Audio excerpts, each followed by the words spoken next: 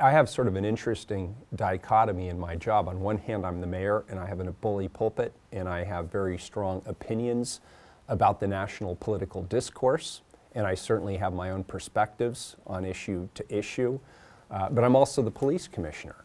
And in that role, my job is to make sure that people are heard, that they have the ability to express their First Amendment rights, and that we prevent violence and vandalism. And at the end of the day, people feel like they've been heard and they go home safely. Me as the police commissioner and the police bureau, we have to balance all of these competing interests, the rights of people to protest and the right to be heard.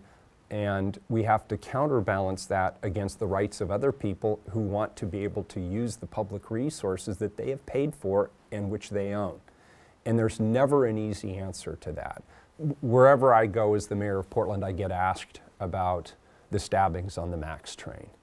And there's varying opinions about whether that was political violence or whether that was related to a mental health issue or other circumstances. But the bottom line is people were deeply angered and upset by that circumstance.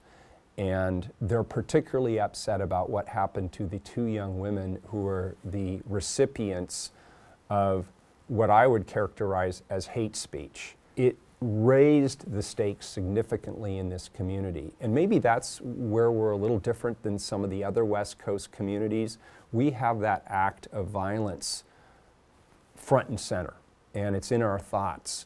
And as the police commissioner, that's certainly something I concern myself with. For me, it's not just the question of First Amendment rights and being heard.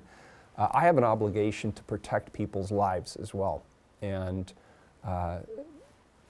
that's the perspective I have.